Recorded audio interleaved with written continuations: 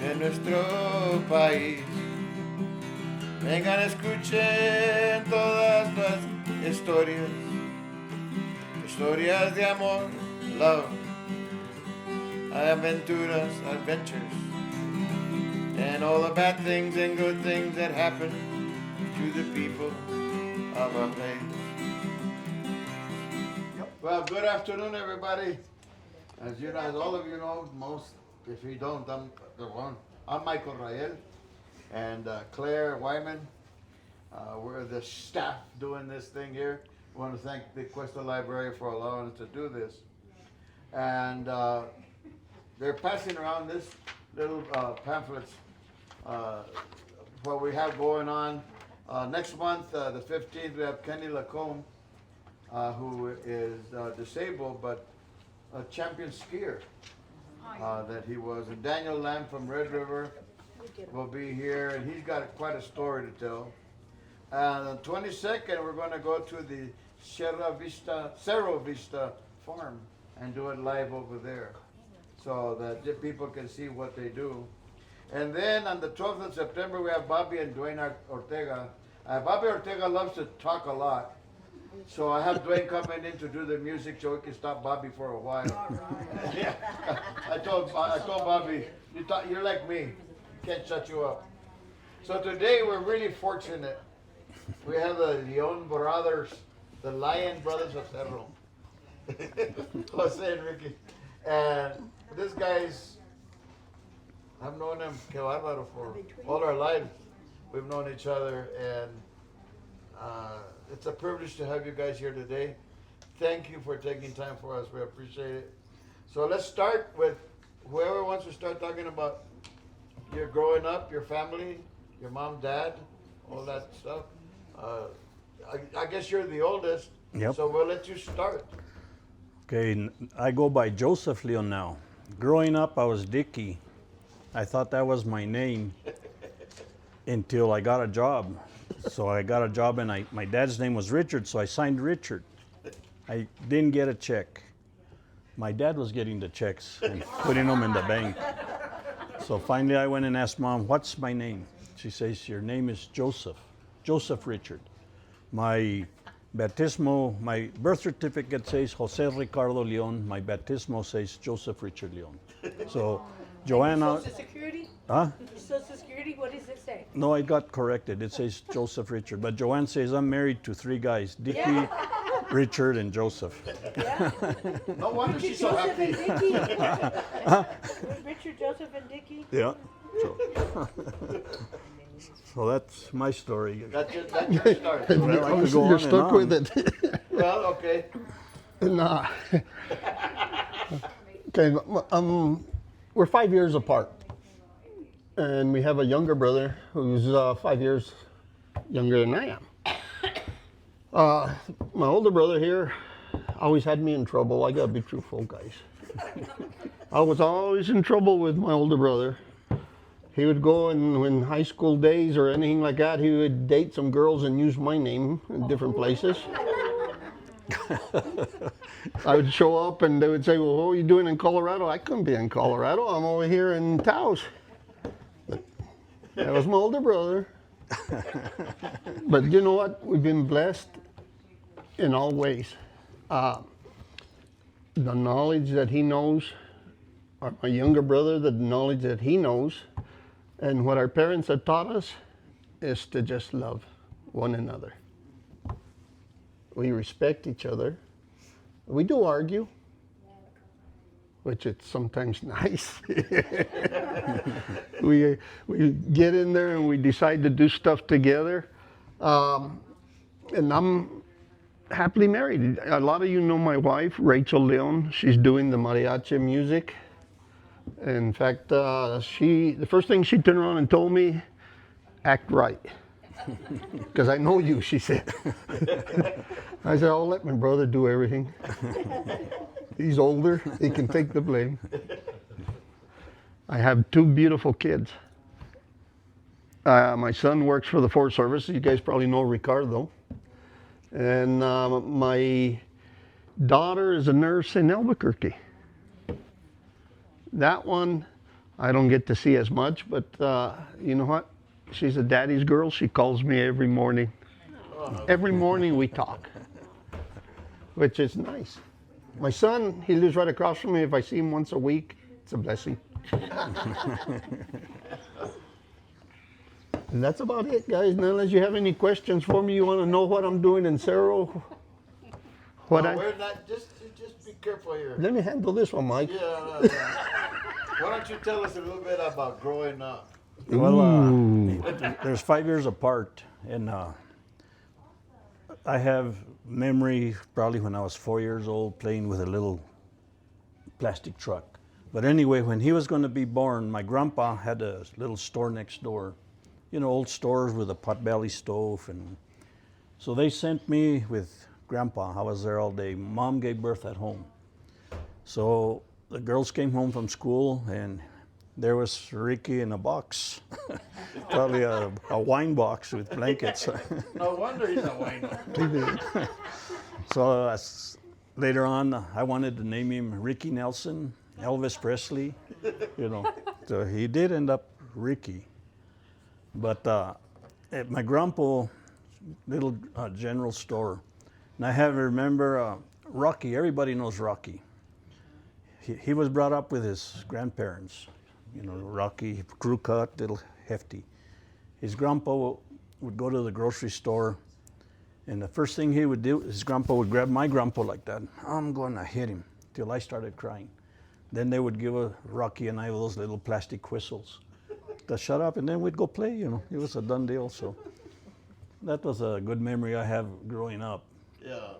Other than the farm, you know, Mom and Dad had cattle, pigs, chickens, horses. We grew up on horses. One thing I wish I'd never see again is that damn shag carpet. Oh, yeah. Orange.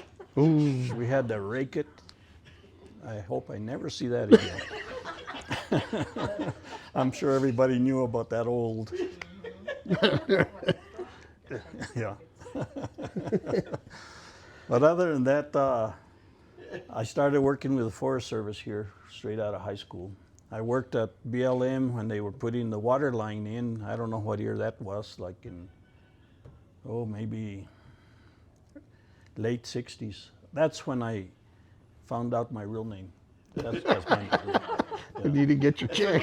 You started getting your own checks. Yeah, I started to get my own And check you were born what year? in 56. Oh, okay, that's not too long. Yeah, and it was funny, I was telling Michael earlier, I spoke with an elderly gentleman here yesterday. I asked him, have you ever seen it this dry? He said, in 1957, we went through the same conditions. But anyway, Tim brought something up when we were talking. He said he was having trouble getting paid. When I started with the Forest Service here, somehow or another, my payroll paperwork went to another gentleman. I wasn't getting a check. I think I went like 3 paychecks didn't come through. Back then you could smoke in the government building. So I went to the counter, there was an ashtray there. I asked them about my check. I said, well, they're working on it. Got the ashtray and I threw it through a window, busted the window out. You're gonna have to pay for that window. Take it out of my check. That's what you gotta do. You gotta take your own ashtray now, though. Yeah, they don't have them anymore. I'll take a brick. Yeah.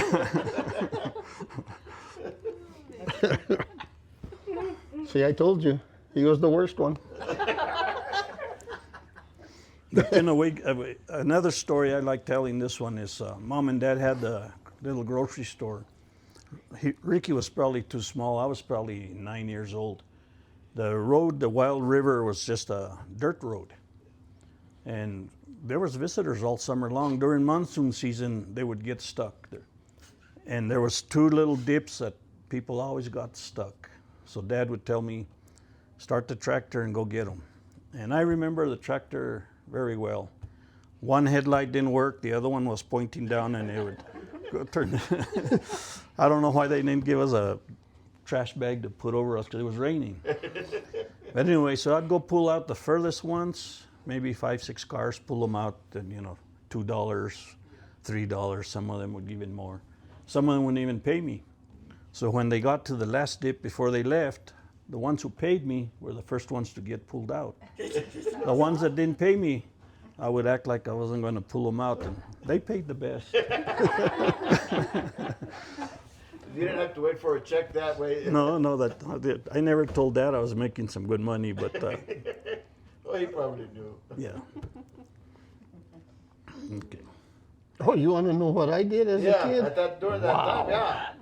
Yeah, It was a rough childhood. You know, you had to follow an older brother's footsteps. Wasn't easy. But I'll tell you what, when you're young and they turn around and tell you, I got a BB gun, we're going to go have fun. And I looked at him and I said, okay, what are we going to do? Well, my parents had the bar. There was a lady that lived across the street. And she used to like to bend over and show her bloomers, right? He dared me. Boom! I got a whipping. But it was worth it. It was worth it. You know, we'd done some crazy stuff when we were small. There was one time that he was helping me break a horse in. And we were riding, I was on one horse and we were breaking in, he was on the other horse, and the cinch broke.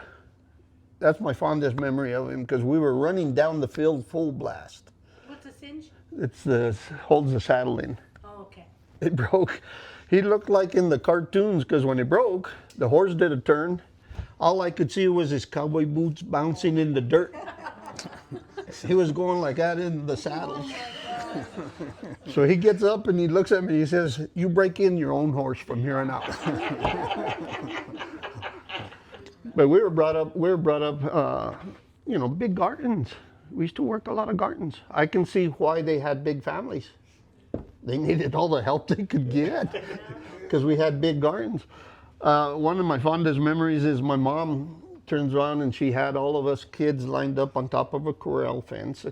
We were supposed to be chucking the corn and the peas, right? We would get the husks and throw it to the pigs that we had, because we were running probably about 50 pigs. We had 50 hogs. Back then we had probably about, 90 sheep? 80 Something sheep? like that, yeah. So we were busy. We used to have to haul grain and everything. The funny part about it is my mom turned around and told all of us, don't drop any of that corn where the pigs are. What happened? I dropped it. She made me jump in. So when I jumped in, I landed on a pig facing backwards. It had me running in the corral facing backwards. And my mom didn't even worry about me, because I asked her, I says, were you worried that the pig would have got me? She says, no, I was worried about that corn.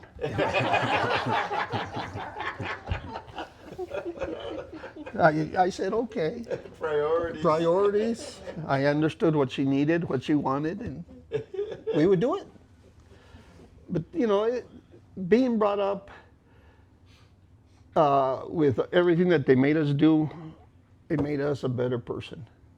It made us realize how hard it is to survive, what's work, what's not. I got the opportunity to coach high school baseball with my son, and I got to be there while my grandson was playing. And I would look at all the kids and I would turn around and tell them, you guys have to have common sense. They would look at me, come the next day I come in and I looked at all those kids, I says, you guys have to have common science. It's science.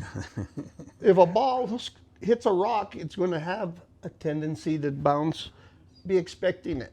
Well, which way do you think it's going to go? And I'd look at those kids, common science, go look at the rock that it hit.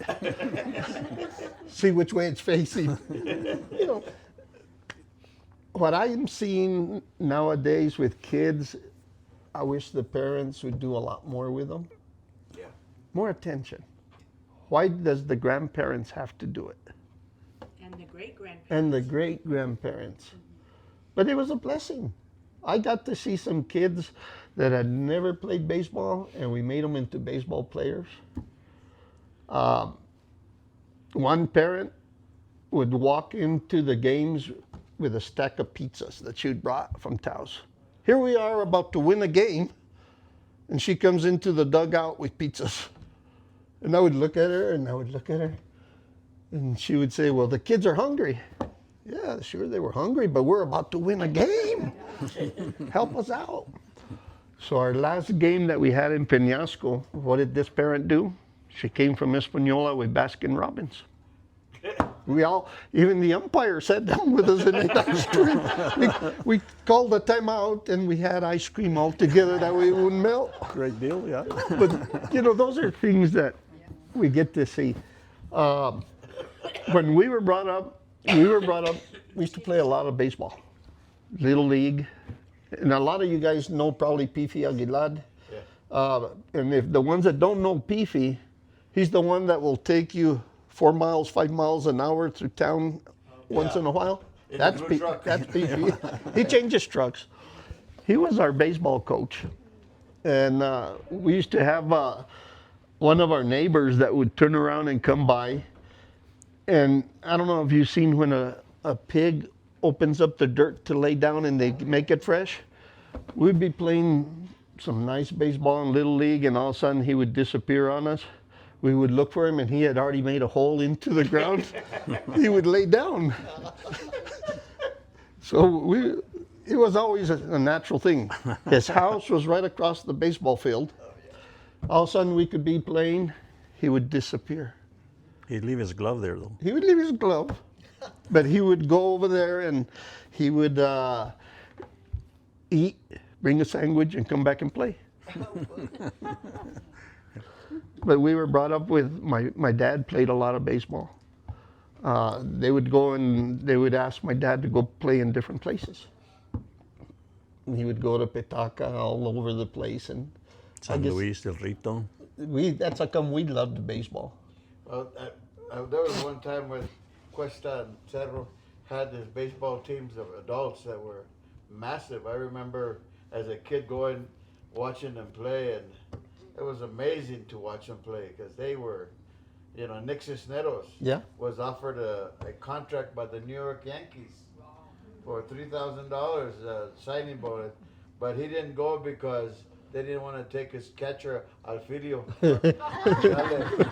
And Alfidio, his hand, there was no straight fingers because he was the catcher, and those mitts were like, the cloth, and he had broken several times. Yeah, I remember watching those people play. We had Coach Horsey Onario. He was a coach there. We had a real strong fast pitch. So we played all over San Luis and Peñasco, and you know, we grew up in the farm. We had a lot of shores, and that's the only thing I remember Dad letting us do is play baseball. We didn't join the ski club. You know, they had the ski club. I didn't learn how to ski until I started working with the Forest Service. You know what skiing was us? We'd go find 2 pairs of skis at the dump, tie some old cowboy boots with nails, and have the horse pull us. That was our scheme. We'd fly even behind a truck, you know, if we had the choice. I think one year we put an old hood of a truck, and we'd get in the hood and the horse would pull. Then the horse stopped and the hood hit the horse and almost hurt the horse, and that was the end of that. We couldn't do that anymore. Yeah. You know, our step-grandmother lived next to where we were at, and we were the type that we were always up to something as kids. So we stole her rocking chair. We even cut some 2x4s and wedged them real nice for the winter to pull with the horse, right? We had fun for about 4 hours till we hit a box spring that was frozen on the ground. We demolished her rocking chair. You know what? We got a whipping, but it was worth it. It was worth it. You never have regrets for what you do. Were you both born and raised here? Oh yeah, I was born at home. Yeah. I don't know where he was born. I was born at home too. I have and my wife could agree with this. We were, during Christmas, I told her, let's go see the Christmas lights through Cerro. And they were pretty. And you're not going to believe this, but past the cattle guard, there was 2 little pigs going in like the wild rivers, 2 coyotes following it, and 2 dogs. I didn't say anything. We turned around where you go to the transfer station. I told her, what did you see? She saw the same thing. Did they have a sleigh? I don't think we had been drinking. But that was, Friends hanging out? huh? Their puppy friends hanging out? It was really something. And you both saw it, We both saw it. I thought it was just me, but she saw it too. and no sleigh. No.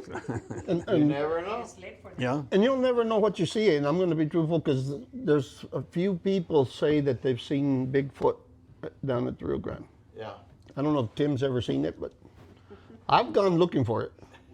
I haven't seen it. I've heard there's brujas or witchcraft. No, they say that there's some that turn into owls. In my younger days, I killed owls all over the place. They're still alive. Some of those people are still alive. So it's not true. But You know, now, they would say that some of the witches would be flying, and all of a sudden they hit a telephone pole. It would The spin. electric cord that they stole from the mine. But that was only so. It was the dumb guy that they put for the poles. Oh my goodness. when No, I- you know, we used to hear stories. They would turn around and what year was it that they would do the abuelitos? right after, between Christmas and the New Year. They What used is that? Abuelito? abuelitos. I don't know. All I remember is they would chase you all the way into the house. You could hide underneath the bed. They would drag you out of the bed and whip you. They would make a bonfire. And somebody would come in a mask, most likely an elder with a belt. And I don't know what the saying was, reza to whip your son. Anyway, you had to pray. If you prayed, they wouldn't whip you. But if you didn't, you had to run because he was going to whip you. You had to run fast. They wouldn't Pesa, reza, o pesa, pesa. something. Something But like you know, he said something about Bigfoot. Anyway, when Penn Soil, I believe, gave the 100,000 acres to the Forest Service, Yeah. which is Valle Vidal, I was working with the Forest Service, so the first year, all the staff from the office in Taos would come in. They were inventorying the roads and this and that. They would come in on Monday. I would go in on Thursday because all the staff would leave on Thursday evening, and I was the only one in Valle Vidal. I don't know if anybody has been up to Cherie Lodge, but anyway, they had a generator. We had to start the generator and turn it off at night. But the lodge, all the rooms were upstairs. They had a stairway on one end, a stairway on the other end. I'd take my dog up there. I was the only one up there. My dog would sleep at the bottom of the stairway by the screen door. Old buildings, you know, you open the screen door, you hear it squeak. The staircase, I could hear boots going up. I could hear footsteps go all the way down and down the other way. My dog never barked, but the first times that I was there, I slept with a gun. I said, if something comes through that door, I'm just going to open fire. So there is a ghost. Yeah. There is a ghost there. And I went through that. It was a friendly ghost, but Thank goodness. and another thing, you probably know the old man Eloy Rael. Oh yeah. He kept telling me, Joseph, take me up there, take me up there. Pistolitas. No, he lived down the Oh, road. the other one. Yeah. Anyway, I told him it's going to be a long day. Let's go up there. And I want to go to the east side. So the story he told me that he and his parents or his dad were going on a covered wagon, and 2 families were feuding, and they had killed a guy. He goes, and we were there. He goes, they dug a hole, they got a wagon wheel, and that's the grave marker. And man, we found it. Manoloy, I don't know, he was probably 82 or something. It was a senior citizen program with the Forest Service. I was really impressed with that gentleman. We found the wagon wheel, and we told the Forest Service archaeologists about it. I don't know if they ever documented it or that, but. Wow. But anyway, getting back to Bigfoot, from Cherie's Lodge, there was a lakes. So I was up there with my dog one day, and all of it. When you grab a little pig by the leg, it squeals, and it might squeal for 30 seconds or something like that. We were up there, and the whole valley filled up with that squeal. My hair stood up like that. My dog went in circles. His ears were, I've heard fox, I've heard coyotes, I've heard mountain lions, but that scared me. Yeah. So you, Where's that at, that lodge? Valle Vidal. Valle Vidal, from Amalia up. Oh, okay. So have you guys ever talked to Rocky, and Rocky turns on and tells you that him and Anita have seen Bigfoot at the Rio Grande? It's gotta be. Ernie Romero told this one before. They were hunting La Utah, 3 of them, and they split up. And when the other 2 came back, he was sitting on the back of the truck, white, and it took 2 weeks. He had come up face to face with Sasquatch up there. Oh, well, what's his name that has his cabin up there above Midnight Meadows? Benny. Yeah. He always claims he's seen Bigfoot at the foot of his cabin. When I was there at Valle Vidal as security, the RCC of A has the El Pozo, where they have their water. They had a Native American man there and his partner. I don't remember if she was a white lady or anyway. I was their bootlegger. So I'd come out before I was going to leave. They'd give me money. So I'd come home for my 2-3 days off or 4 days off, buy him a 5th of whiskey, go back into Valle Vidal and take him his 5th of whiskey. But anyway, he had made Bigfoot prints, and he'd go all along Comanche Creek and stamp on it. It was crazy. Proof that Bigfoot existed. You know, for the ones that don't know us, besides the shag carpet, the duties in the morning, we used to have to go clean the bar. Our parents had a bar, so we had to go clean the bar. You would see all kinds of stuff in that bar. There's sometimes we'd keep somebody locked in over the night that we didn't see him. He'd wake up in the morning there, or This is in Cerro? Huh? In Cerro? Yeah. You know where Tia's restaurant? Uh-huh. That used to be our building. That was our bar. Yeah. Back when the mine was in full swing, there was, I think, 6 bars here in the community. So we were bartenders at an early age. I was a bartender at probably 13, 12 years old. What year did your grandparents have the store? How far does it date back? Yeah. Well, what I know of, I wasn't even born, and my grandfather had the old store. I think that picture that's on there, it was my great-grandpa, Epimenio de León. Yeah. And then had he that? gave it to Jose de León. And then my dad took it over. And I don't know why my dad dropped the de. Was it during the service? When he went to the Navy, they took "de" away from that. That store was there from the early 30s. Oh I yeah. could read, yeah. Yeah. In fact, that building? picture, The one next door. Yeah. That's The fallen. smaller building. Yeah. Right. That was the original. Yeah. So what was your father's name? Richard, And his father's name was? Jose de León. Jose de Leon. And the other one was Epimenio de León. yeah. And So Epimenio de Leon was your grandpa's father? yes. Okay. And his dad was named Nicolás Antonio de León. He came from Spain. And you guys, who dropped the dead? My dad dropped the day, and I don't know. It was during the time of the Navy. He had said. Oh, okay. My mom always said the story that during the Navy, when he went into the Navy, they dropped the day. Okay. Okay, yeah, because they just, yeah. So who has the store now? It's closed. Tia's restaurant. David Cisneros owns a building, and he's renting it out to Tias. But what about the one with all the glass in the front? That's David's. Tia is where the restaurant's at. Yeah, but there's the other building. The one going towards the river. No, well, no. Oh. The restaurant? Across from the VFW, that belongs to Ivan Segura. And then you gotta remember that Virgil Martinez and Amos Martinez dad had a store Yeah. right there too. There, in fact, we were talking about it the other day. If you pass through Espanola, you'll see one of those little buses that's a tiny little bus round. That's the kind of buses that they would take us to school right there to Cerro. They'd pick us up and run us to the little school. Like for me, I went to school, I think, till 3rd grade in Cerro. And then they moved us to Cuesta. I don't believe Corinne talked about going to school there in Cerro. Did she mention it? No. Anyway, we went to school. They had the gym next door. They had basketball games. We had Christmas programs. But we had a wood shed and we had a coal shed. We had to bring wood in. We had outside toilets. We did have a cafeteria that was good. The building now, the community center, they put some of these tiles over, but they were the vigas. We would make paper airplanes and stick them on there, and then they would make us take them down. Is that the community center on the corner? Correct.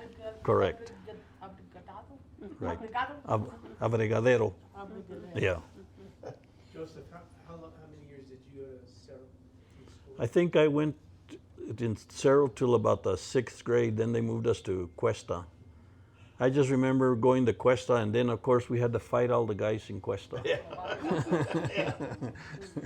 But it was okay. Yeah, it was You part know, of life. one of the memories I have of the little Cerro school, because we were brought up that we would have to go fill up sacks of grain for people, because we had grain. They would show up, we had to go fill up sacks and everything. We always carried a knife. We always had a pocket knife. My little knife was about this big.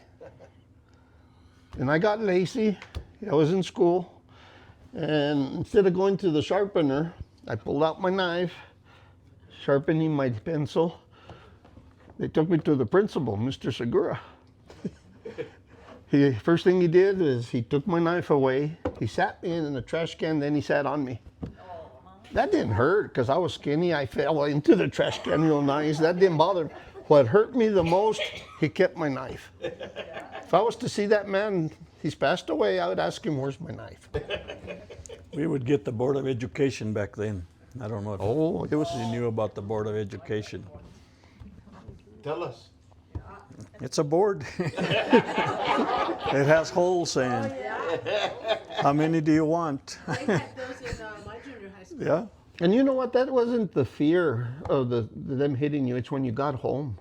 Yeah, you were That's when you knew you were in trouble. going to get it twice. I remember Mr. Roberto Segura. He was my 8th grade teacher too. And then we had Sandra Smith was our classmate, no? And then one time he got mad at her, and she turned around and told him, "Y tú, cochino marrano." I remember that. That he was a pig.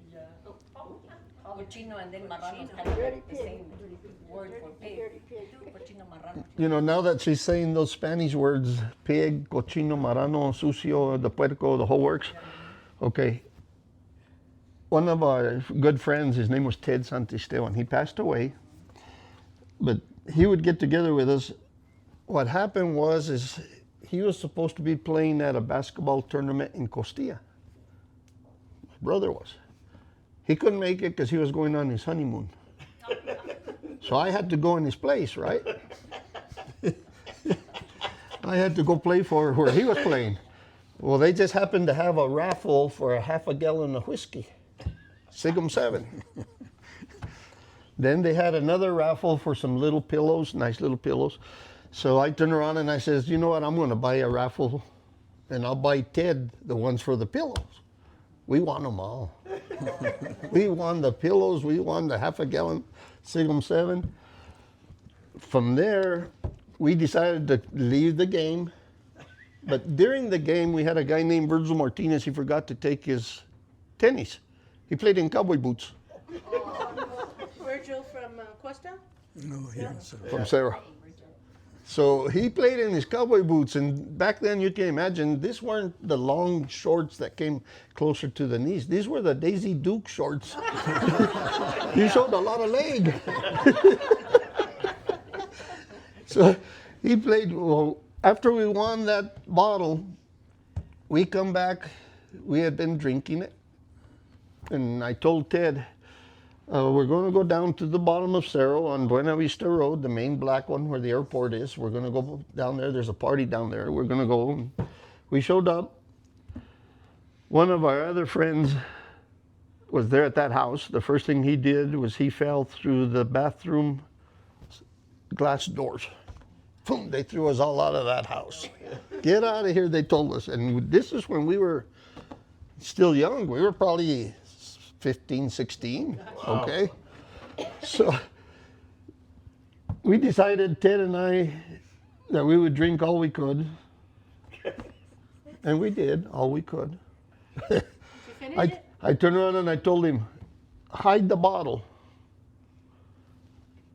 Okay. He said, I'll take it. I dropped him off at his house next to the post office there in Cerro.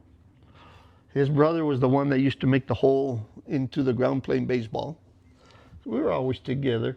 So what happened is I went home. My mom and my sister couldn't find me. They searched. They were all over Cuesta, Cerro looking for me. I slept in the corrals in the car, right? I had a 67 El Camino. I passed out over there and I slept. Finally, I came out alive. I showed up. My mom chewed me out. So this is where it's coming back to say pig, cochino, marano, sucio, puerco. That's what she called every one of those words to me. She chewed me out.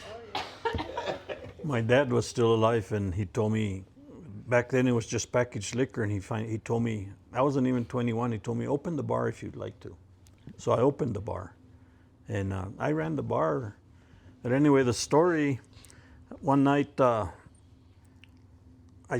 think we had to shut at midnight, the bar. So I shut off all the fluorescent lights, shut the curtains, locked the door. We were having a heck of a good party going on, probably like 2 a.m. When one of the local guys there, he was passed out on the bar. And about 2 a.m, knocking on the door, and finally I go over there, and it was the state police. And they tell me, you're not supposed to be open. I told them, we're not, it's a private party. You're not supposed to be selling. We're not, it's a private party. The guy got up like that and, get the F out of here, he told them. They turned around and left. For 3 days I was shooting bricks. I said, they are gonna come back. And I was afraid because I wasn't old enough. Yeah. But nothing never came about it. When they left, they left. When they left, they left, yeah. No, you know, when you're a kid, and because we lost my dad in '77. He passed away at what age? 52. 52 years old. Wow. So we were invincible back then. We had a reign of a bar. We had everything. You know, we did our chores, we did our work, we kept it going, but we kept everything up and up. And I always remember my mom would turn around and tell us, first thing you guys got to do is that shag carpet. And that was the thick shag? Oh, it was ugly, thick, you- long hair shag. You had to rake it? Yeah, Yeah. we had to rake it. We had to rake it. Was that in the bar? No, in the house. No, in the house. Was it green? Orange. It was an orange one. But our father, with several of the elders, started the first fire department in Cerro. And they finally bought a fire truck, like a 1964 or something. It was an older truck. Anyway, my dad passed away at the fire building. I was at the bar working. My little brother was running to check on my dad at the bar. And my dad liked whiskey, so he'd come in, do a shot, and go back. Anyway, my brother runs back in and goes, Dad, something wrong with Dad. So I run over there, and he was laying over the middle of the front seat there. He had tools in his hand. He was foaming already. His fingertips were blue, and he was blue. And so the garage door was open. There was a window like that. I touched it, and I felt the glass. But he had opened the window. He had already slided. I touched the wrong slide, so I put my hand through the window and broke it. I drug him out, and I felt a pulse. We did CPR to him, but I'm glad he went because he had already had Carbon monoxide. carbon monoxide. Carbon monoxide. You know, I don't think he died of carbon monoxide. I think he had a stroke first because he didn't release no tools. His head was not resting on the floorboard. He was stiff. So I think the carbon monoxide probably killed him From later. the vehicle or? From the fire truck was running. Oh, the He was doing some maintenance on the truck. Oh. And he was coming from the auction barn with my mom. They had gone to sell, what else? Pigs. We had to go sell some pigs, so. You know, the funny story on that whole thing, you know how you're going through Manassas and you pass over the Rio Grande? That bridge right there? We went all the way to the sale barn. We get there and we seen the pigs sell. We went to a restaurant there, Trujillo's, I think there in Alamosa. We were eating. We talked about my dad, different things and everything that we're doing, because he made my mom and I take everything to sell that day. He said he had to work on that fire truck. So the whole day we spent it talking. On our way back, when we crossed that bridge, I was driving and I felt somebody do like this real nice to me, a nice pat. And I looked over and I turned around and I tell my mom, what do you need, Mom? She says, I didn't talk to you. Just as she said that, the truck went flat, pulled me off to the side. I get there, I change the flat. We got there when they were already pronounced my dad dead. A week went by, a week after that went by. I took the tire to the Texaco at Norbert's over here. They just put air. It held air. It was like my dad saying, Yeah. Goodbye. yeah, The moment he passed away is Yeah. when that tire went flat. that's when the tire went flat. Then he patted you on the. It was a nice pat. It was a nice touch right on the shoulder. And I thought it was my mom. I turned around and I told her, what do you want? No, it was, You know, the stories on that line also, my mom had a brother in Salt Lake. She had a sister here and a brother, Melinda and Ernest. Anyway, in Salt Lake was Levi. I would be working, still BLM here at Welch, and she said, get ready, you're taking me to Salt Lake. Okay, Mom, I'd take off. So I think we made it as far as Green River or something. My uncle and I would get a room. My mom and her sister would get another room. Like at 2 a.m, somebody was knocking on the door. I get up and go look. My mom got the same knock on her door. And I told her, Mom, everything okay? She goes, well, why did you knock on my door? I tried to knock on your door. I thought you knocked on mine. So we went back to bed. We got to her brother's house in Salt Lake, and my cousin comes out and he goes, you're like 2 hours too late. My dad just died, you know. Wow. So, you know, got to one of those stories that they let you know. That happened to me once. My uncle passed away, and my two cousins and I were visiting at my house, and there was a pop in my microwave. So I got up to look, and there was nothing, but that was the time that he passed. That's the only time I've ever had that kind of extraterrestrial experience. and it's kind of nice sometimes, you know, it's a good memory. I look at it, it didn't scare me, it didn't. It was just his way of saying goodbye. Adios. Yeah. You know, and my mom, that lady, she was a workaholic How long did she live? till 93, 3. 93 years old. And there was how many of you? There's 6 of us. We have 3 older sisters. Oh, okay. One of them has just passed away not too long ago, Connie. Connie. That was my oldest sister. So I'm going to tell you guys a story on my mom. You guys will love this one. So, and Michael can probably relate because we didn't take my mom to a home. We took turns watching her. We'd go sleep over there. She got us hooked on Price is Right. What's the other one? Jimmy Swagger. Jimmy Swaggart, Wheel of Fortune, and all them. She had us watching all those. So the funny part about it, my wife and I were going to go to Arkansas, and my brothers and sisters were going to watch her. She goes to one of my sisters and turns around and says, I want an affidavit made. And my sister says, why do you want an affidavit? Because Rick's not here watching me. We're going to take him to jail. She wanted to put me in jail for not watching her. I was in Arkansas, right? So I come back, they tell me the whole story, and my mom's telling me, well, you weren't here to watch. I said, Mom, don't worry, I already bought orange pajamas. I know what I look like in jail. I'm all right, I'm covered. We took turns watching her, and so I bought her a whistle. Oh, yeah. I told her, Mom, if you need help in the middle of the night, blow the whistle. Well, she tried to grab it and she'd lose it. It dropped and she couldn't find it. So that, no, I got a bell for her, a bell. Ring it, we could get up and help you. She dropped it. So I got a whistle and we tied it on her finger right there so she could whistle. Of course, she didn't have a whole lot of air, but we'd sleep right next door. But anyway, we were supposed to be watching her. She'd get up in the night and go make sure we're okay. Yeah. Tell her, Mom, we're here to watch you. You don't need to watch us. But then I could hear her get up and I could hear the cookie jar. You She should liked go to her the cookies. cookie jar. This was 1:00 in the morning. And then I would tell her, because I got her edibles, so she'd get anxiety. I told her, Mom, try an edible. She liked them. They had them back then? Well, this was just a few years ago. Oh. She died just 3 years ago. Oh, okay. She was 93. I told her, Mom, let's smoke a joint. And she goes, what if they drug test me? I told her, Mom, you're 93 years old. Who's going to drug test you? I told her, we already hid the keys to your car. But I tell everybody, I didn't have tears of sadness when she passed. I had tears of joy because we spent some good time. She told me stories when she was from Costilla. They would go saddle up the horses, put the harnesses, hook up the buckboard wagon, and go to Jaroso on the buckboard wagon. I had never heard these stories.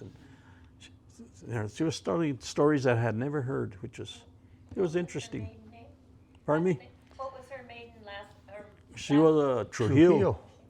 So we're Trujillo. related to all the Arellanos, all the Lovatos. In fact, before we had to go stay with her, she would call us. So she would misdial. She was calling Bernie Torres. So, finally, Gladys called the police here in Cuesta. I said, I'm getting this phone call from this lady, and she keeps saying, help me, come and help me. I need your help, So she called the police, and they did a welfare check. My sister was there. They did a welfare check on my mom. She was misdialing. Like I say, it was fun. But she was okay. Yeah, 93 years old. Yeah. What was her full name? Margaret. Margaret Mary. Tim's got a question. Hey, Joseph, do you have any stories about Wild Rivers or memories that you could share with us? Oh, there's a lot of, there was a lot of good stories. We as kids, we grew up in the Wild River. So John Bailey hired me, thanks, And this is John Bailey there, right there. He's my fearless leader. Best hire I ever made. Anyway, it was great. I liked hiking the trails down La Junta, where it forked off to go to the river and come back upstream. There was a little place there with a lot of flints. I used to call that my old shit pile, because the Native Americans were probably making arrowheads, and they'd break one and, oh shit, start another one. Oh shit, And there was a big pile of flint, and that's what it was, But Did you ever find arrowheads? oh yeah, we'd go hiking up Guadalupe, and Marty's a character. I could tell you stories on Marty. Anyway, we would find one, and he said, "Oh, I think I'd take it home." I told Marty, "We can't. It's bad juju. We have bad luck. We got to leave it right there." And we would leave them, look at them and hold them, and Is that true? I went to Chaco Canyon and I was really picking up beautiful rocks. I got back to camp and they, where'd you get all those? I picked them up on the trail. You better take them back. It scared me. You didn't have the proper permit. Fishing was great, Tim. I hope you could get down in the river and fish, catch and release, and We were there yesterday. We went fishing yesterday down the Rio Grande. My boy, my grandson, and I. And I'll tell you what, I'd never seen the Rio Grande so dry like what it looks. It was kind of sad to see it so low.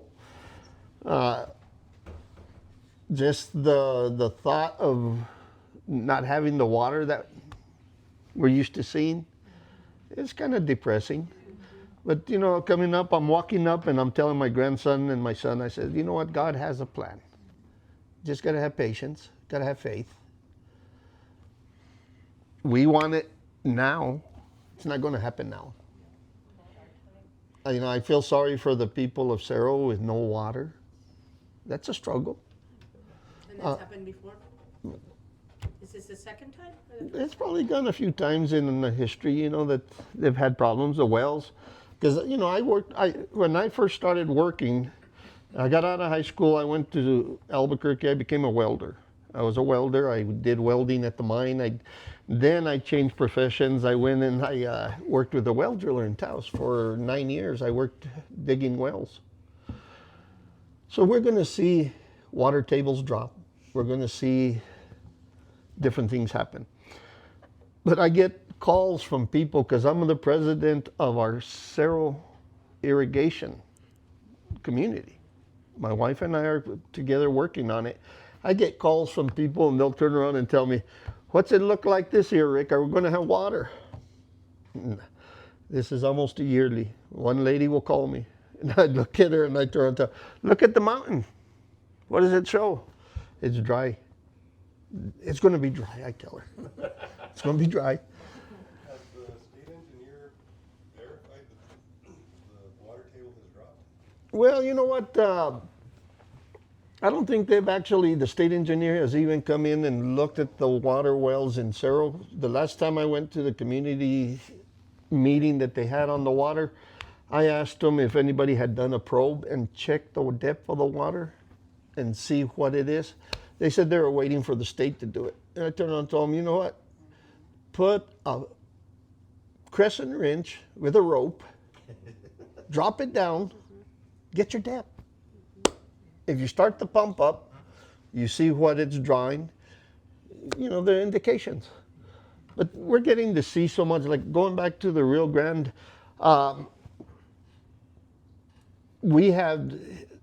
when we were brought up in high school, I don't know if you guys ever remember passing, I know like Evangeline and them, the ones that were living there in Cerro, the mine had given the fire department some of those big Electro-Hall tires, the massive tires that are probably about this wide. We decided to steal one. We went down to the first campground there in Chiflo, right? We did a bonfire. It burned for 5 days. Wow. The tire? That tire burned for 5 days. Wow. We partied that one night. Smoke. It was black smoke. We had Cerro with black smoke all over. Ricky talked about fishing. I turned 70. I get my fishing license for free now. But I've never had a fishing license in my life. But if I go get a fishing license, it ain't going to be no fun. I just ruined it, man. He don't want to go fishing with me now. I know I went and got one. It was free because I was over 70 and got a pole from my friend, bait and everything. I never used it. It's no fun. I didn't use it. Anyway. Okay, so I'm gonna share something with a lot of the ones that were here. There was that Tony Red, which you guys know Tony Red from the bar. Yeah, Trujillo. He was married to a lady named Butchie. Oh, and the monkey. And the monkey. Henry. They had a chimpanzee. Okay. And the tiger. They had the wolf. The wolves. So we used to go drop off Jenna and Julie after football practice, and first thing we would do is open up the door and we would throw those girls out because those animals would come running right to your car. They would jump on the door. Well, this chimpanzee, he used to like to hitch rides if he got away. You would see him hitch a ride. He would drink a beer. He would smoke a cigarette, smoke a joint, everything. So one day he drives up with some people in the car. One of those older guys was passed out. Well, the monkey had him hugged like that and would give him kisses. I wish I would have had a camera. The pictures would have done everything back then. But those are things that we tell stories to the kids, and our kids will look at us and turn around and say, no, it's not. It was a real champagne? It was, yeah, yeah. Oh, yeah. Well, Champagne. Butchie Denver. She was They- married to John Denver. Bob Bob Denver, Bob yeah, Denver. from Gilligan's Island. But that Henry would go to the bar with her, or Tony, and he would wrestle with people. Oh, yeah. Anybody, But oh, yeah. he was so cool about it, because they're so strong, they could have torn him. But he would wrestle, have fun with them, drink beer. He would get drunk with everybody else. Yeah. Yeah, he was a Cuesta drunk. A chimpanzee. I'm Yeah, serious. yeah. Henry, you would never believe Henry, but Tony Red had Henry up in La Lama, and when I went to, I was still living here. Henry was pretty frail. He was already, yeah. And LT said, once he dies, I'm going to make chaps out of him. LT is Tony's brother, Lino. But that was an adventure. No, it was. No, that Henry was an adventure. People don't believe it, but Henry, you had to see it to believe it. So was Henry the chimpanzee? The chimpanzee. And they're smaller, right? They're not big. Oh no, No. they might be smaller, but they're. He was big. He wasn't. Yeah, he wasn't the small like what we see those little chimps. He was. You had to watch out. That hand would come from back here, and he would whack you.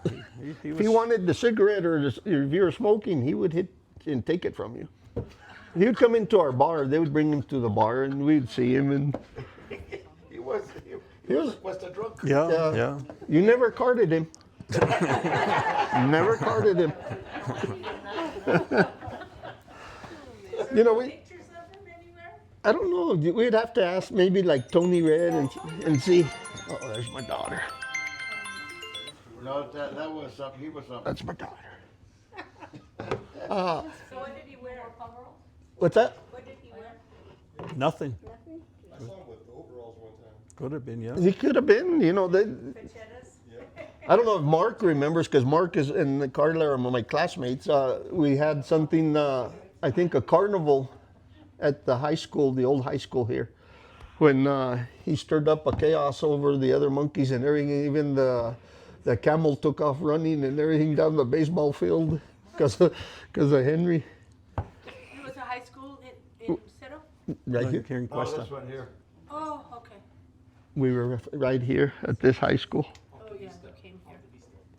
So did he actually go into bars? Oh yeah. Yeah. Yeah, he would sit there and drink beer with everybody. Really? What year was that, Michael? Back in the 70s. Yeah. Back in the 70s, yeah. Did he get drunk? Oh, yeah. He was a Cuesta drunk. Oh, But you know what? He could handle himself. Yeah, he could. Think about this. Those animals are 10 times stronger than a human. And he would wrestle with the guys, and he would never hurt anybody. No. He would get him and toss him around, and because there was several guys thought that, Primo Roy Panza, he thought he was stronger than Henry, and they would get it. Henry would just. Yeah. It was amazing to was watch. It unbelievable, really yeah. was. But that's a Cuesta story. Yeah. Oh yeah, no, that we have a lot of stories. In fact, I think my brother was the one bartending during the time that the bikers first started a rumble here in Red River. They came in, all of a sudden they drove up to the house. Some guys, right?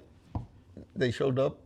They turned around and they wanted to get a gang of all the locals to go beat up the bikers in Red River when they were getting out of hand. That was the first incident they had with bikers in Red River. I think it was like 78 or 70. I don't know if you remember that year. John What happened John up in Red Gaillard was. River, the district judge was there, and he didn't like what he was seeing, so he had the state police escort him out of Red River. So where did they escort him to? Cuesta. Cuesta. And what started the problem here was, I can't remember who the guy from Cuesta was, had just finished rebuilding a 1956 Chevy, I think, and he drove and he was turning around at the lake, and they stopped him and scratched the hell out of the car. And then, of course, Cuesta and Cerro went up in arms. Oh yeah, Yeah, I was working with the Forest Service then, and when they escorted them out, it was just right above the mine. They camped on that area, and there was bullet holes, there was weed, there was shoes, you name it, there was leather jackets. But that same year, four people or 6 people drowned. They tried to launch from Sheep's Crossing, and within minutes, they drowned. Yeah. They tried to do what? They tried to raft. The Rio Grande was running much higher back then. Oh, yeah. It was And it was a 6 at that time, wasn't it? probably Yeah, 6. that's the highest 6, something like that. And I think they found 2 or 3 immediately. I got to ride with Margaret Gonzalez. She was with the Forest Service. We rode on a helicopter in the gorge looking for bodies there on the edge there. Is that Maggie? No? Hmm? Maggie? No? no. Margaret Margaret. Oh, Gonzalez. there's another Margaret. Yeah. And I think they found one like a week later, and then I think Tony Espinosa found the last one. Yeah. When water went down, Mr. Espinosa found the last body. Wow. So it was the bikers that? No, this No, this it was was- during the time. It was during the same Oh, time. same at time. The bikers were happening up here, and they were trying to float the Rio Grande down there. We had one of the local guys from Cerro drive up to the bar and turn around and told all the guys, get your guns, get your pistols, get everything, because we're going to go kill some bikers. Nobody moved. So he turned around and he told them in Spanish, I'll say it in English, go hide underneath your mom's dresses if you guys are scared and don't show up. He turned around and told them all. But the mayor from Cuesta back then was John Gayur. No, he wasn't the mayor Was yet. he the mayor? Yeah. No, he wasn't the mayor yet. But he's the one that You shot. let it. Shot- You yeah. let it up there. He's the one that... He was elected mayor After. a couple of years after. No, but that's how you get votes. Yeah. It was so funny because there at the Four Roses, the bar now, that whole porch thing was full of Cuesta guys with rifles and pistols. And there was a state cop, Cisneros. He was only a couple of years into the state. He drives up, everybody go home, and then takes off, and everybody, what? And then John used a shotgun and hit about 5 of those guys. But then they had to drop all the charges because nobody came to testify against him. Yeah. They didn't want to come back to Cuesta. They got as far as San Luis, and the San Luis people, cop stopper says, you don't want to go to Cuesta, they're waiting for you. And you said, you come to Cuesta and there was trucks all over the place with people with rifles and a lot of beer and a lot of whiskey. No, but they were prepared. They were ready. You never know when dehydration's going to kick in. Got to be prepared. You know, it's like the other day I was on my side-by-side and I had, I carry my rifle with me because a lot of times I'll see something that I got to target practice. Yeah. And he turns on and he looks at me because this guy that lives out there towards the airport. He looks at me, he says, why do you have your rifle? I look at him, I said, I got to carry this with me. There's a lot of people that are looking for me. He just looks at me, he says, well, sir, I'm not looking for you. But those are things we were brought up when, I don't know if you guys are all familiar with the road going to Sunshine through the back end of the Wild Rivers, takes you all back there. In our younger days, we would go riding out there, and back then, because we had access to the bar, we could get beer, whatever we wanted. We would go on the pickup. So one time there was 5 of us that were going on the pickup. The first thing we did, we opened up some beers. We were going down nice and slow. First thing we killed was 1 rattler. We were all happy. We drank a beer, get on the pickup. We go down the road again, open another beer.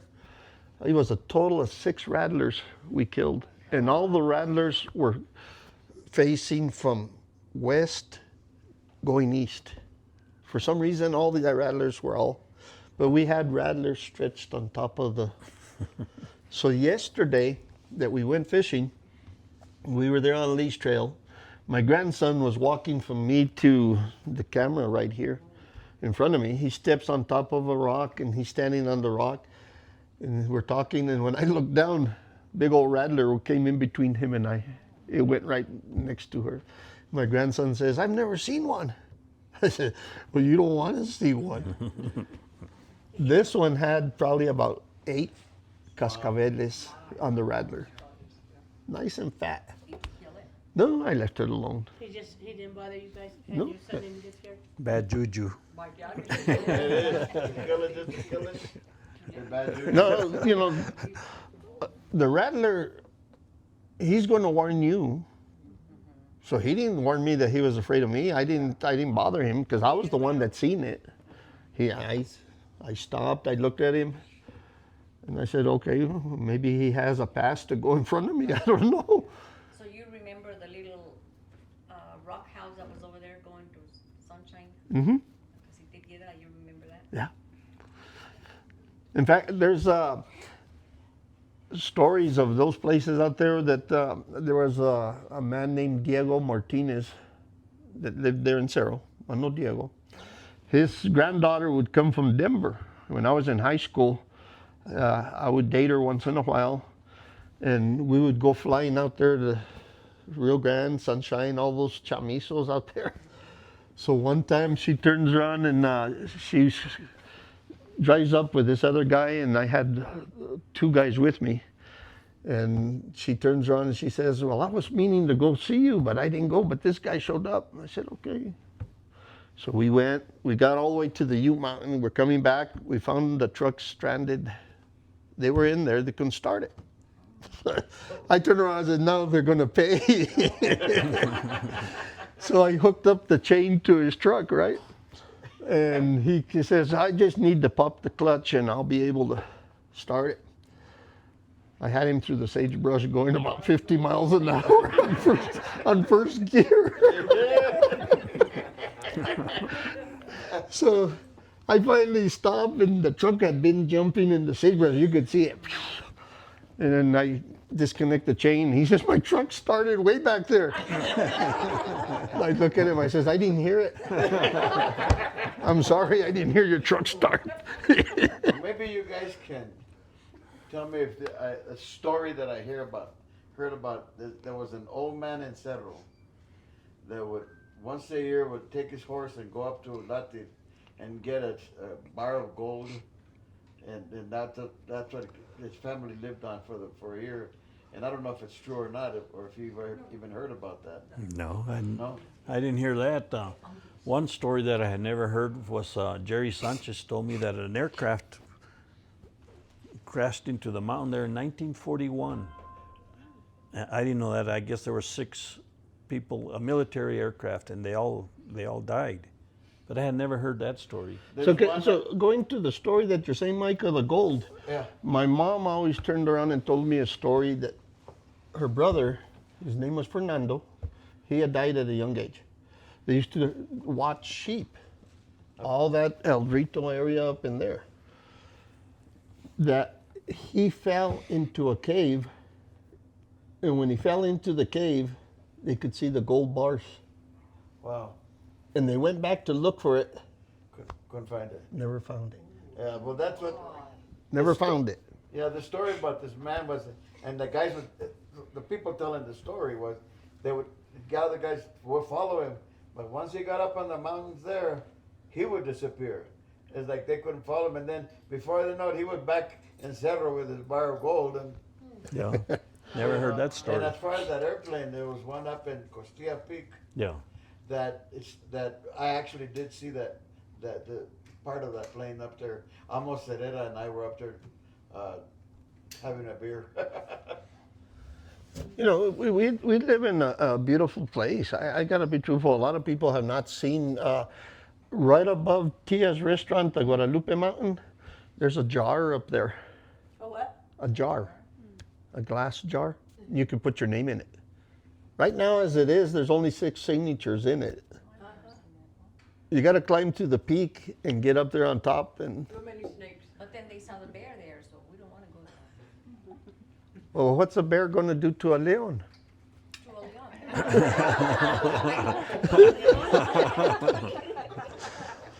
Okay, I'm gonna tell you. I run cattle above Midnight Meadows.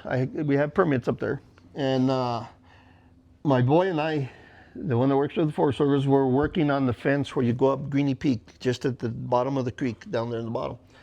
So we're working, we're kneeling down, we're putting wire up on the posts, everything, and all of a sudden here comes a guy on a UTV flying down.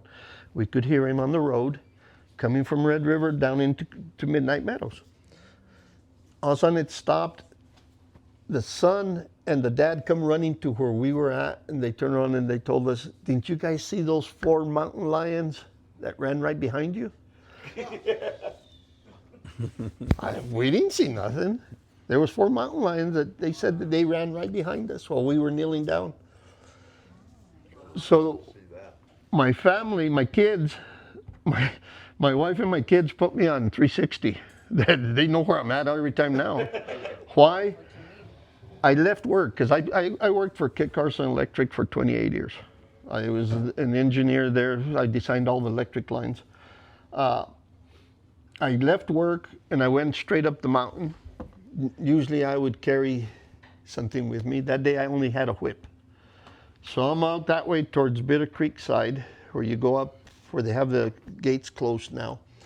I'm walking and I'm looking for some cattle and everything, and all of a sudden I heard something behind me, and I turn around and I look to the left, didn't see nothing. Look to the right, didn't see nothing. Start walking again and I heard some stuff behind me. It was a big old bear that popped out on me. So this bear, first thing that came to my mind, I said, I'm looking for cubs. If he has cubs, I got to figure out what I'm going to do. I got to kiss my world goodbye. I said, I'm not fast enough to run out of a bear. So the bear was walking from here to the front entrance of the door alongside me for about 45 yards. He would go walking alongside me and he would stop and look at me. He would walk, I would walk, he would stop and look at me. Finally, I found the biggest aspen tree I could find. I backed myself up to the aspen tree and I'm with a whip, waiting for that bear to come by. From here to Glenda, who's sitting right here, he walked right in front of me, tapered right down the mountain. He just dropped straight down. But he fell or he ran off? No, he walked down. He ran down. He didn't even run. He walked down. He was having a good time. But on this bear, the way they tell you that you have to look at a bear, look at, if you can see his ears, the majority of his ear, he's a younger bear. Once he's an older bear, you'll barely see the tip. I could barely see the tip of his ear. He didn't like Spanish food. He didn't like Spanish food? I didn't have food. So in 1988, I fought Yellowstone fires. I was over there fighting those fires. Well, here was a crew from Jemez. There was another crew from Arkansas. Then they had a crew from Cuesta and Taos mixed. So when they come in with a dozer, what they do is they clean a clear path. They turn around and says, follow that path. You guys are going to be all right. Get to that cleared area. We're walking like that. All of a sudden, here's 20 Indians running, throwing backpacks. The Pulaski shovels, everything were flying all over. They're running full blast, speaking in their language. What they were saying, I don't know. Here's 20 Mexicans, 20 Indians, 20 Arkansas guys. When we seen the 20 Indians run by, watch those crazy guys. Big old grizzly bear popped out. Boom. One of the biggest grizzly bears I've ever seen in all my life. Are they black or brown? No, it was like a dark brown, long-haired. You could smell it. You could smell it. So the funny part about it is 20 Indians, then 20 of us Mexicans running. And those guys from Arkansas was seeing 20 Indians fly by. 20 Mexicans. All of a sudden, we watched and we all scattered to the sides like that on the trail, on that big swath that they cleaned. That bear just walked right through the middle of where we were at. So we go there and we said, let's see how big of a bear he was. We seen him. 12 1/4 inch was his back foot, from the tip of the nail to the back of the pad. That was a big bear. I had never seen a bear in all my life like that big. I've seen them here. So they turn around and they says, okay, we're going to move you guys to a spy camp. And I said, okay, what are you going to do? They said, we'll haul you some food in tin cans. You guys are going to sit up there on the top of the mountain and watch this fire for a few days. Okay. They put us in a little gully area. We're asleep. And you guys probably know Dickie Cordova, La Plebe that sings from Taos. Every night he would take out a picture of his wife or his girlfriend and put it on the tree. So I was sleeping next to the tree here and he was here. All of a sudden we heard footsteps. Went by a moose and a baby. They walked right through where we were at. They probably stepped on his sleeping bag because he was in the path more than where I was. They moved us out of there. They turned around and says, let's get you guys out of here. But the adventures that we went through, like in Yellowstone, there was a place called Gravel Lake that the fire overran us, that had to jump into the lake, drop some trees, and we were already floating on the tree. When the helicopters looked like what they looked like in a war movie, it dropped into the lake, and we had to all jump in. My brother's classmate, Jimmy Baca, if you guys know Jimmy Baca, yeah. He was one of us with us. We all jumped on helicopters. We didn't think nothing of it. We said, okay. And I remember because Jimmy Baca put a claim through the government that his leather jacket of his Harley jacket got burned. His 35 millimeter camera got burned. They reimbursed it. They send us an R&R. When he was in Yellowstone, I was in Idaho. We could see his fire from where we were. But on a fire organization, they have a safety officer. So if a grizzly's coming by or moose or something, they'll tell you, get out. 100 feet this way or 100 feet that way. But the fighting fire stories could go on forever. I have one that's really memorable. I don't remember where we were at, but they flew it. There was a snowdrift, and there was a tree burning on the top, a big snowdrift. They flew us up there, and all the guys did was make snowballs. Then they made a slide for the snow. 2 days we stayed up there. They'd fly us up pancakes in the morning, they'd lunch, steaks for dinner. But for 2 days we were up there, and the guys made that with trash bags. They were sliding down the. You were on vacation. It was a good one. I don't know if you guys have ever been to Jackson Hole, Wyoming, where they have the arches. Did you go into the Cowboy Saloon? The arches of the antlers. Yeah. I lived there. You seen the Cowboy Saloon that they had the saddles as seats that you could sit on? We went an R&R for a week there. So we all put our money and drank for a whole week. R&R in that saloon. Yeah.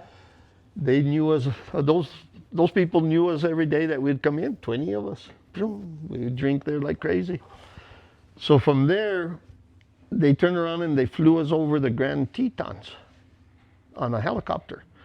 When they flew over this one area, there was an area there that was probably maybe half a mile wide that the trees had been blown down. Just the timber was just laying on top of each other. We're on one of those Chinooks helicopters. They dropped the back door down. You could look out. We're cruising real nice, having a good time.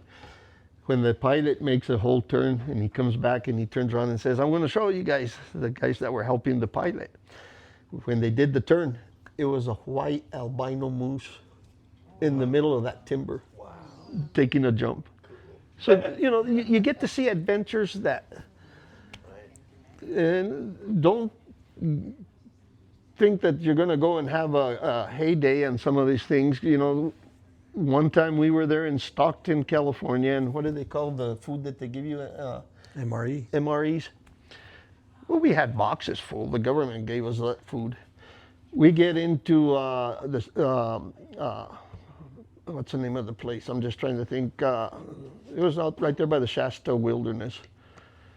And we're going in like that. We seen a family of 3 little kid asking for food. They had a sign. Bus driver, this was a colored guy that was driving our bus, and he chewed us out because we went out the back door and gave him a whole case of that food. Yeah. A whole case of food. First thing they did, they popped it, they tore it, they were eating like if they had been hungry for days. All the way going, it was close to Stockton, is where we were coming into there on the bus. He started giving a hard time of that we gave food. They even had to get a new bus driver because we didn't cut no slack on him. They called a whole new bus driver. So we get into this place right there in Bakersfield and all this area and all that area. The staging area was in Stockton, Bakersfield. When we got up to Bakersfield, we're going into the wilderness like that on a deuce and a half, one of those army trucks. And all of a sudden we could see like hillbillies with suspenders, corn on the cob hats. First thing they were doing was like this to us as we were passing. So one of the local guys turns around and tells me, I don't think they like us. No, that's how they welcome everybody here. So we would go past another house, and the first thing he would do. You know, when I was at the Santa Fe State Office, they wanted 100 firefighters in Canada. And with my qualifications, so I took, it had to be all government employees with passports. They flew us into Edmonton, and I don't remember where the fire was. And the permafrost was probably 10, 12 feet thick. And probably within 2 weeks, we'd get off the helicopter and we were knee deep in water. But, you know, talking about helicopters, it's a lot of lodge poles, and they had seismic lines where the oil lines are. The helicopter pilots here in the States wouldn't do what they would do over there. They would come on the seismic line and buzz it like that, and then they would go straight up and then turn the nose. And they would do that to chase off bears, because they wouldn't unload us if it wasn't clear. But they would scare the heck out of you. You know, and here in the States, if a helicopter pilot did that, he was grounded. Over there, it was totally different, but scary if you haven't, you know. We weren't used to that. It's like where Tim works there at the Wild River. This was probably about 10 years ago. We were down inside the river there, closer to, in between Bear Crossing and that area, the second campground. We were fishing when an Air Force pilot dropped into the canyon. He was in the canyon. He rode the canyon. And that didn't, you know, oh, wow. Then came the boom. Boom! I lost my fishing rod. He went in the water. That scared me. What was the boom? Well, the sonic boom from the jet. Oh. The sonic boom came after. It couldn't catch up to the plane. But twice in my lifetime, I've seen that happen. Oh, yeah. We used to see it frequently. I think one time I called the Taos Airport, and they said the regulation says they could fly 500 feet off the ground as long as they have a safe place to land. In the gorge, there's no safe place. I tell you what, those pilots are pretty daring to do with the maneuvers. But they did it. Well, there was a couple of them that went under the Rio Grande. The gorge? Yeah, the bridge there. Oh, yeah. They flew under that. So, I don't know if a lot of you guys know Jimmy Ortega. Jimmy Ortega, he was with us in a fire in Nogales, Arizona.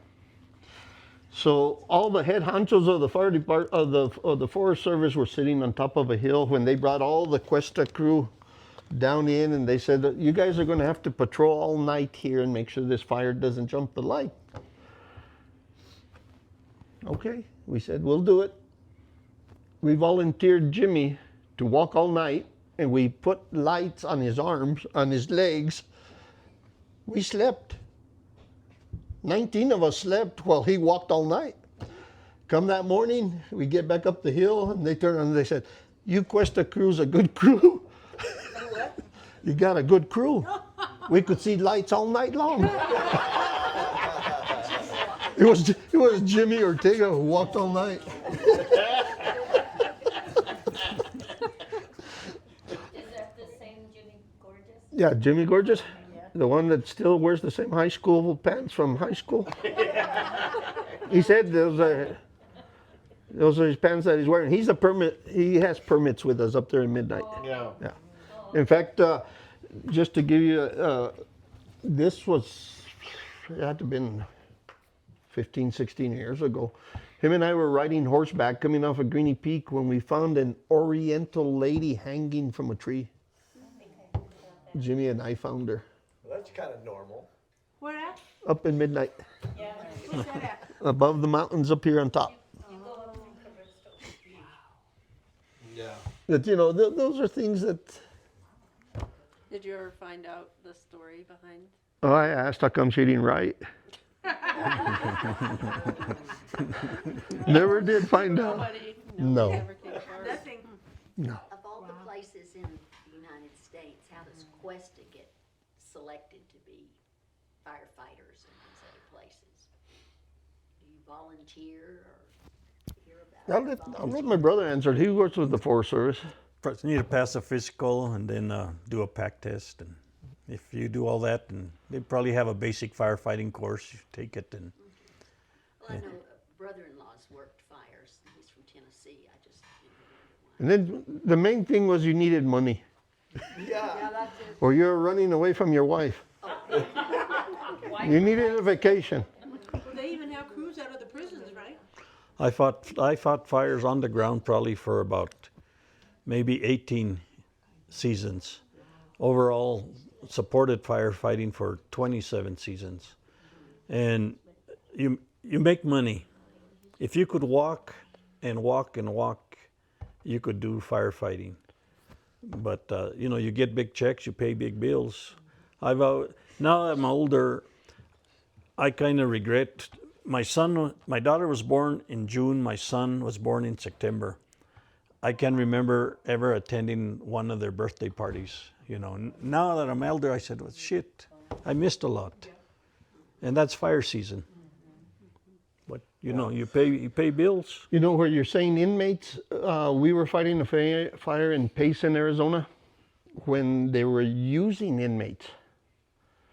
Okay, so when we got into Payson, Arizona, the camp that they had, they put Cuesta crew almost like on an island up on top, which was like a football field. And then it dropped down to the main camp. So we're sitting up on top. There's inmates that were there, and we got in late at night. So all of a sudden, there were lady inmates. The lady inmates to the left of us, of the camp where we were sleeping. And we woke up to screaming, yelling, fighting. 2 lady inmates were going at each other. First thing they did was one club right behind the back, carried them like if they were carrying a bag of groceries out.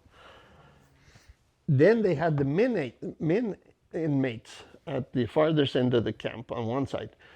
Well, right there in Payson, Arizona, when you crawl up the gully up to where we were at, there was a little town, nice little place. You could see cars, a backhoe, everything. They called us and they turned around and says, the fire is overrunning that little town. Get to the top of the safety zone. So we were already up on top.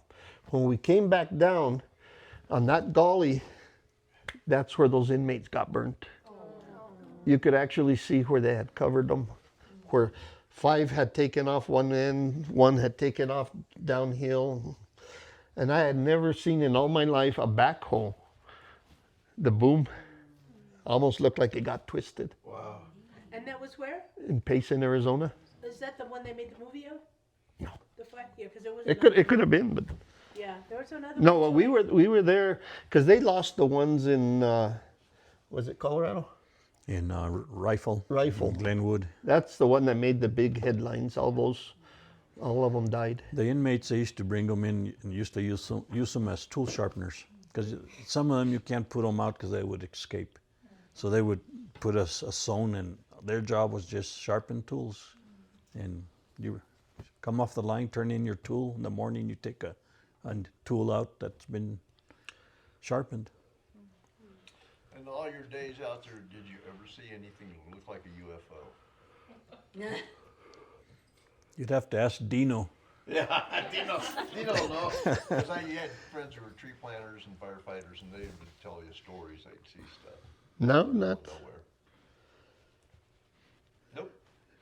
If you're fighting a fire, half of the time it was pretty smoky, so.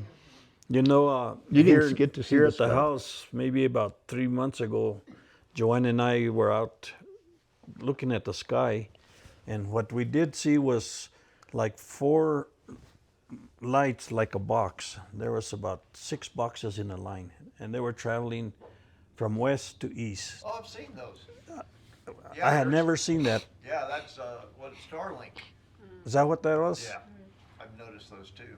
And sometimes they'll be in a line like that. Yeah, they were in a line, and they. Yeah. She said, "What is that?" I had never seen them. That's what Elon Musk is.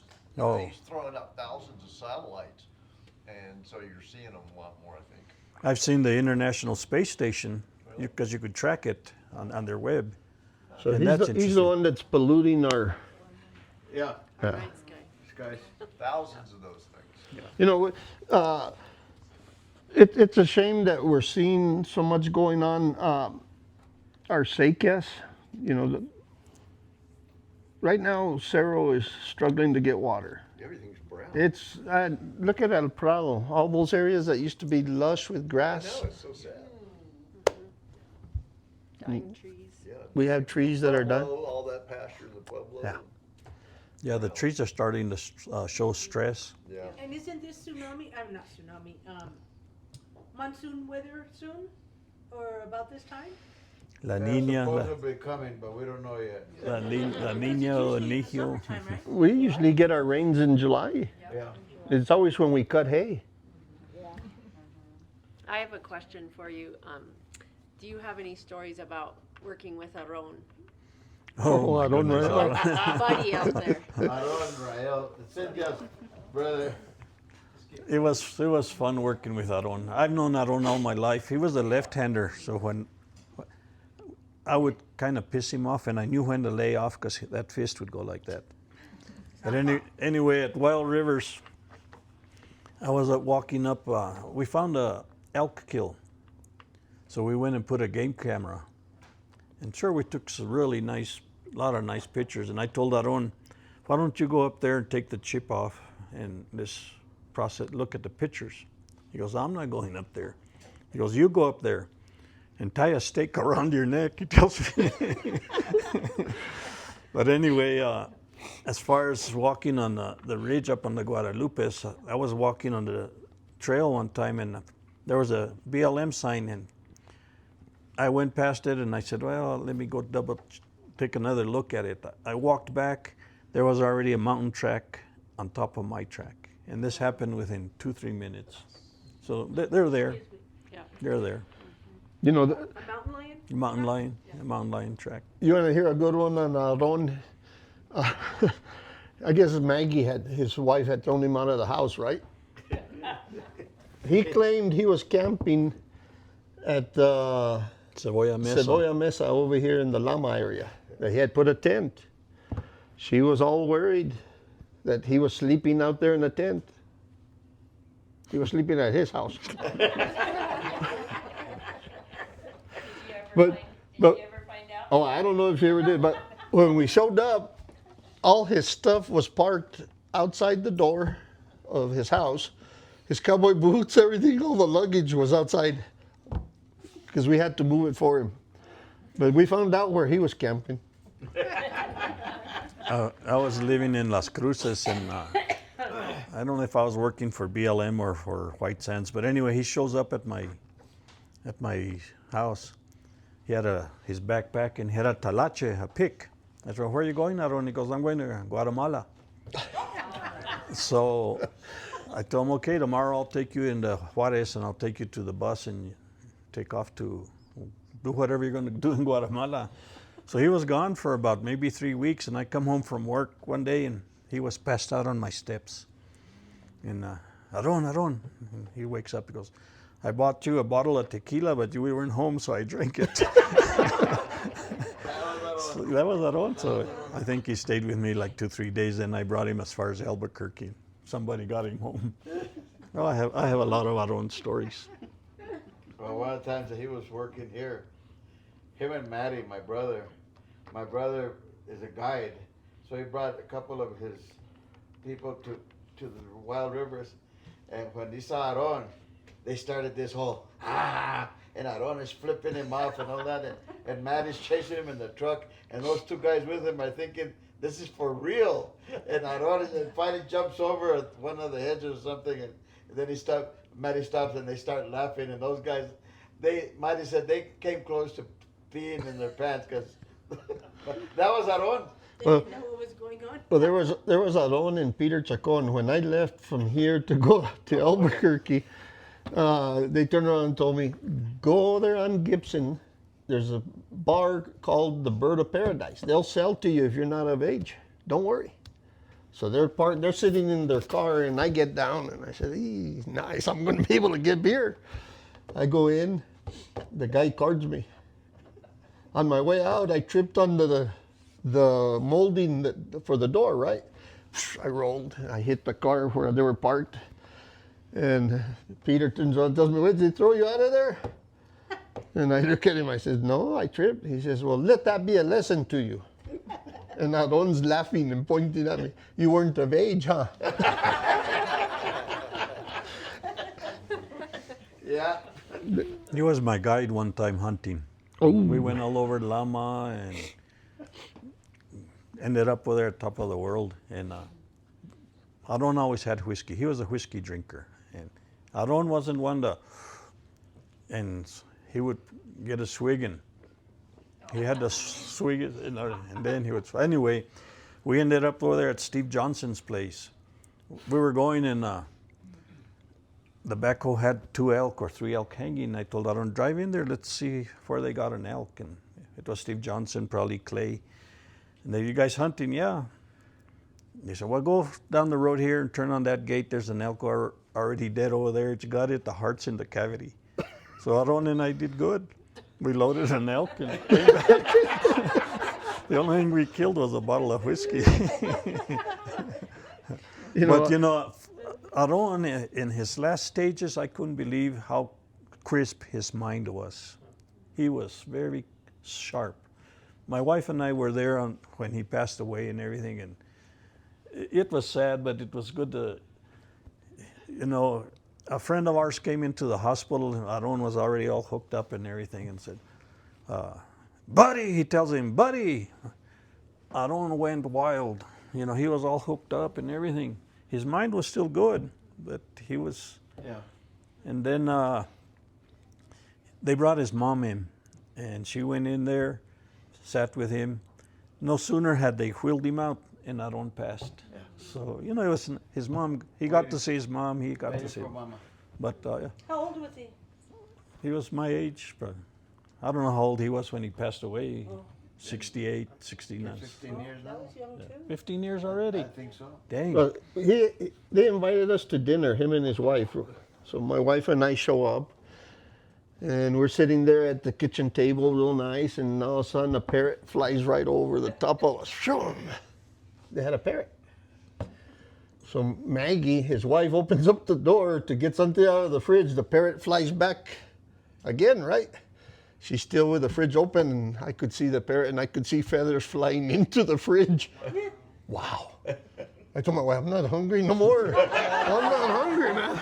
Let's get out of here. We got to go check cows." I gave excuses and everything. My wife, "Well, we just got here." "No, Rach, we got to leave. We got to leave. I'm not eating a parrot." If Aron was driving you around and you were talking, he'd be going like this, and he'd look at you. Yeah. And while we were working together and we were in the back roads, I told him, "Aron, watch out with that rock." Boom, it hit the rock. Every time. They bust out the side of the tire. That was Aron. Yeah, when he was on the choir, That was him. Never touched the guitar, you know, never played it, but and never sang, but that was that one. But no, this has been wonderful. Thank you guys. A round of applause for those two guys. Really good stories. You guys are awesome. Thank you for being here, guys. Thank you. Almost 2 hours are gone already, and they went by fast. We got to go watch World Cup now. I want to remind you that August 15th, Kenny Lacombe and Daniel Lamb are going to be here. August 22nd, we'll be going to the Cerro Vista Farm to do that.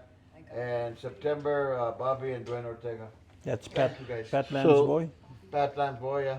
So we need you guys that ain't from Cerro, if you guys have a visa, show it to us when you go into Cerro. Because Cerro Nation. we had a guy, his name was Henry Vigil. He was our mayor. The mayor. He was the mayor. But when he passed away, they turned around and they told me one day, do you want to take over? And I said, I guess, I can help. So they turned around and they said, well, how do you want to do it? I says, well, on Mondays, I'll be the mayor.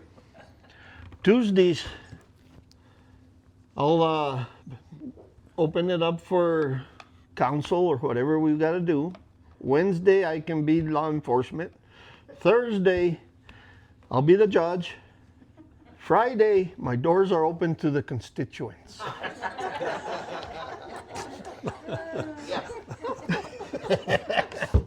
But you guys are always welcome. But bring your visas. You have listened to the stories. Vayan y digan a todos que vengan a escuchar las historias de nuestro país.